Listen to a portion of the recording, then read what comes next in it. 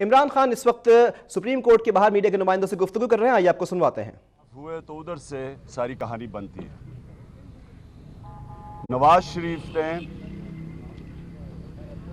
Assembly کے اندر ایک return تقریر میں کہا کہ جب لوگوں نے پوچھا کہ جی یہ انکشاف ہوئے ہیں جو پینما کے، یہ کدھر سے ہے، منی ٹریل کدھر ہے، تو اسمبلی میں تقریر میں واضح طور پہ کہا کہ میرے پاس سارے دستاویزات ہیں۔ یہ ہم نہیں کہہ رہے، انہوں نے کہا تھا۔ آج جو سپریم کورٹ میں شریفوں کا وکیل کہہ رہا ہے کہ جی وہ بڑی دیر کی بات ہے، کاغذ ہی نہیں ہے، کیش میں چیزیں ہوتی تھیں، 1,20,00,000 درہم گاڑیوں میں کیری کر کے لے کے جاتے تھے، بینکوں میں نہیں ہم کرتے تھے، یہ آج کہہ رہے ہیں۔ اسمبلی میں نواز شریف نے واضح طور پہ کہا ہمارے پاس سارے دستاویزات موجود ہیں، اب جب چاہے ہم اپنے آپ کو احتساب کے لیے پیش کر سکتے ہیں۔ وہ سپریم کورٹ نے کہا کہ ان کو نہیں پتا تھا کہ پینما کا انکشاف ہو جائیں گے، ان کو یہ بھی نہیں پتا تھا کہ سپریم کورٹ میں تلاشی ہوگی، اس لیے اب بدلتے جا رہے ہیں بیان۔ کیا اس وقت کہہ رہے تھے اسمبلی میں اور آج زمین آسمان کا فرق آ گیا کہ نہ کوئی اب ایویڈنس مل رہی ہے، بیانات چینج ہو رہے ہیں۔ وہ اسمبلی میں کہا کہ پیسہ گیا وہاں دبئی سے گیا جدے اور جدے سے لندن پہنچا، ادھر عدالت میں کہہ رہے ہیں کہ دبئی سے پیسہ گیا نہیں، پہلے کیش میں دیا پیسہ قطری کو، اور قطری سے پھر قطر گیا اور پھر قطر سے سیدھا لندن پہنچ گیا، جدہ اڑ گئے بیچ میں سے۔ بیان مختلف ہیں۔ یہ کیوں مختلف ہیں؟ کیونکہ ان کو نہیں پتا تھا کہ ان کو سپریم کورٹ پہ آنا پڑے گا۔ دوسری چیز سامنے آئی، انہوں نے کہا کہ جناب وہ گلف سٹیل تھی جس در سے پیسہ آیا، جس پیسے نے سارے انڈے دیتے گئے ہیں، اربوں روپے کی پراپرٹیز لندن میں بھی، مے فیئر کے فلیٹس بھی، یہ گلف وہ جدہ کی بھی سٹیل مل، وہ صرف گلف سٹیل کی وجہ سے سارا پیسہ جنریٹ ہوا ہے۔ آج سپریم کورٹ میں یہ سامنے آیا کہ گلف سٹیل 15 ملین یعنی کہ 1,50,00,000 کا نقصان کر بیٹھی تھی، 1,50,00,000 درہم کا نقصان کر بیٹھی تھی، تو پیسہ کیسے آگے چلا گیا؟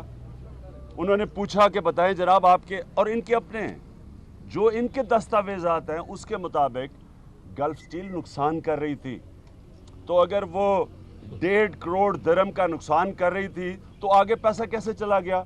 کوئی اس کا جواب نہیں تھا۔ جواب یہ آیا کہ جی وہ بڑی دیر پرانا بھول گئے ہم، وہ میاں شریف کے اوپر سارا کچھ بیچارے میاں شریف پر ڈال دیا ہے۔ پہلے تو یہ نہیں بتا سکے کہ وہ پاکستان سے پیسہ دبئی آیا، کیونکہ دبئی میں انہوں نے کیسے مل شروع کر دی، تو وہ بھی میاں شریف بیچاروں کے اوپر ڈال دیا کہ وہ منی لانڈر ان کو بنا دیا۔ اس کے بعد یہ پتا چلا کہ جو 1.5 کروڑ درہم تھا وہ کدھر سے آپ کے پاس پیسہ آیا کہ وہاں سے آگے قطریوں کے پاس آپ نے 1,20,00,000 درہم آگے دے دیا، اور وہ بھی کیش دیا، بینکوں کے ذریعے نہیں دیا، کیونکہ بینکوں کے ذریعے دیتے تو منی ٹریل تھی، کوئی منی ٹریل نہیں ہے ابھی تک، نہ یہ بتا سکے کہ وہ پیسہ کدھر سے آیا۔ تو میں جو آج آپ کے سامنے جو ہماری اب اپنی میں رکھتا ہوں کہ تحریک انصاف کی جو ہماری شروع سے ہم جو کہہ رہے ہیں، ہمارا جو الزام ہے ان پہ کہ گلف سٹیل کے پاس پیسہ ہی نہیں تھا، وہ تو نقصان کر رہی تھی، تو انہوں نے کدھر سے پیسہ آ گیا یہ سارا یہ فلیٹس کے لیے اور یہ قطریوں کو کدھر سے پیسہ دے دیا۔ اصل میں اسحاق ڈار کا جو کنفیشن ہے، وعدہ معاف گواہ بنے تھے وہ، انہوں نے جو اپنی کنفیشن سٹیٹمنٹ میں لکھا ہے وہ ہے منی ٹریل، وہ ہے ٹریل۔ اور آج کیا ہوا؟ آج یہ چیز سامنے آئی کہ جو اسحاق ڈار تھے، اسحاق ڈار کے جو وعدہ معاف گواہ بنے تھے، جس میں وہ بتاتے ہیں کہ نواز شریف کے لیے منی لانڈرنگ کرتے تھے، ان کی یہ سٹیٹمنٹ ہے اور یہ کنفیشنل سٹیٹمنٹ ہے. یہ جو نیب میں عام جو پلی بارگین ہوتی ہے وہ ایسی ہی ہوتی ہے کہ آدمی اپنے آپ کو بچانے کے لیے سچ بول دیتا ہے کہ جی یہ سٹیٹمنٹ ہے. اگر وہ آپ سٹیٹمنٹ پڑھ لیں اسحاق ڈار کی جو کنفیشنل سٹیٹمنٹ ہے, اس میں ساری منی لانڈرنگ کی ٹریل دی ہوئی ہے. یہ دبئی سے نہیں ٹریل گئی, یہ اسحاق ڈار کے جو کنفیشنل سٹیٹمنٹ ہے اس میں منی ٹریل آ رہی ہے. اور کس نے اسحاق ڈار کو جو کیس تھا ہائی کورٹ میں گیا اور ہائی کورٹ سے بری کروا دیا, آگے اپیل نہیں کی نیب نے, کس نے کروایا؟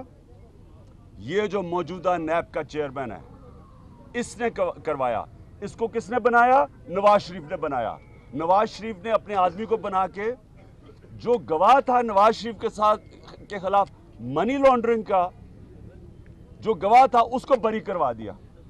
تو سپریم کورٹ نے اب نیب کی بھی آگے ڈیٹیلز منگوائی ہیں اور آج جو ڈسکشن ہوئی ہے, میں سمجھتا ہوں کہ پھر سے میں یہ کہتا ہوں کہ جو بھی اس کا نتیجہ ہوگا پاکستان کی بہتری ہوگی. کبھی پاکستان کی تاریخ میں اس طرح کی تلاشی نہیں لی گئی کسی طاقتور کی. اور میں آخر میں ایک اور پوائنٹ کہنا چاہتا ہوں کہ دیکھیں, کوئی بھی دنیا کی جمہوریت ہوتی پرائم منسٹر کو ریزائن کرنا پڑنا تھا. کیوں کرنا پڑنا تھا؟ کیونکہ سارے جو ادارے ہیں وہ اس کے نیچے ہیں. یہاں تو کوئی آزاد ادارے ہیں ہی نہیں, یہ تو کنٹرولڈ ادارے ہیں. اب نیب یہی ثابت ہوتا ہے کہ نواز شریف اگر خود نیب کا چیئرمین بنائے گا, کیسے نواز شریف اپنے خلاف ایک جو وعدہ معاف گواہ ہے اس کی سٹیٹمنٹ کیسے وہ چلنے دے گا, کیونکہ نواز شریف خود پھنس جائے گا. کانفلکٹ آف انٹرسٹ ہے. اس لیے کہیں بھی دنیا میں جب بھی جمہوریت میں بات کر رہا ہوں, بادشاہت میں نہیں, ڈکٹیٹرشپ میں نہیں, جمہوریت کے اندر جب بھی ایک تفتیش شروع ہوتی ہے کسی وزیر کی, کسی پرائم منسٹر کی, اس کو ریزائن کرنا پڑتا ہے کیونکہ اس کے نیچے ادارے ہیں, سارے ادارے. ایف بی آر اس کے نیچے ہیں. ایف بی آر کاغذات بنا رہی ہیں ان کو بچانے کے لیے, شریف خاندان کے لیے مینوفیکچر کر رہے ہیں کاغذات, چیزیں آ رہی ہیں جن میں غلطیاں ثابت ہو رہی ہیں. نیب ان کے نیچے ہے, نیب کے پاس سارا کیس پڑا ہوا ہے. ایف آئی اے ان کے نیچے ہے. 98 میں ایف آئی اے نے تفتیش کی تھی نواز شریف کی منی لانڈرنگ کی, وہ ان کے نیچے ہے. وہ کیسے پروسیڈ کرے گی؟ اور وہ جو ہے ایس ای سی پی جنہوں نے کمپنیز کو ایکٹ کرنا تھا, جو تفتیش کرنی تھی, وہ بھی انہوں نے اپنا آدمی بٹھایا ہوا ہے.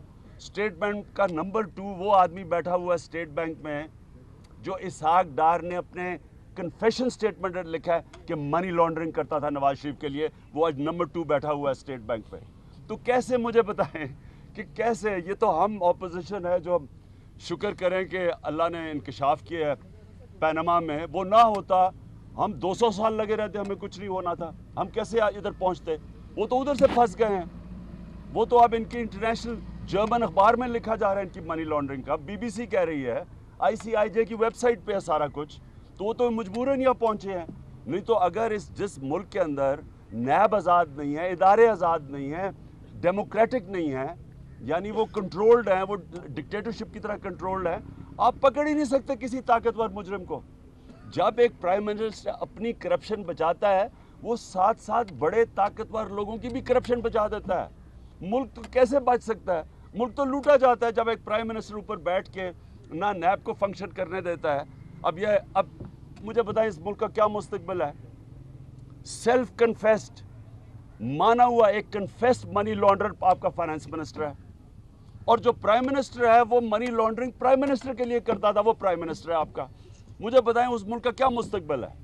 آپ کیسے پکڑ سکتے ہیں پٹواریوں کو, غریب لوگوں کو؟ یہ جیلوں میں جو بیچارے غریب لوگ بھرے ہوئے ہیں, ان کی تو ساروں کی ملا کے کرپشن ان کی ایک ڈیل سے کم ہے. ان کو ہم نے جیلوں میں ڈالا ہوا, ان کی بچے بچارے, نہ کوئی سوشل سیکیورٹی ہے, بچے برباد ہو رہے ہیں, کمانے والا جیل میں چلا گیا. اور یہ ایک ڈیل پہ اتنا پیسہ بنا سکتے ہیں, اور ان کے لیے سارا کچھ, سارا نظام کنٹرول کیا ہوا ہے انہوں نے کہ بس ان کو نہ پکڑیں. نون لیگ کے جانب سے جو پیپر جمع کروائے جا رہے ہیں پاناما کیس میں, کیا آپ کو لگتا ہے کہ پاناما کا جو معاملہ ہے وہ سلجھ رہا ہے کہ الجھ رہا ہے؟ ہاں صاحب, ساتھ یہ بھی ایڈ کر لیں, اس سے پہلے جتنے بھی دستاویزات جمع کرائے جاتے تھے وہ پبلک بھی ہو جاتے تھے. آج جو وہ وراثت کی تقسیم کے کاغذات جمع کرائے گئے ہیں وہ سیلڈ کاغذات ہیں, تو کیا کوئی خاندانی چپلے سے بچنے کے لیے کیا گیا یا کوئی اور معاملہ لگتا ہے آپ کو؟ دیکھیں,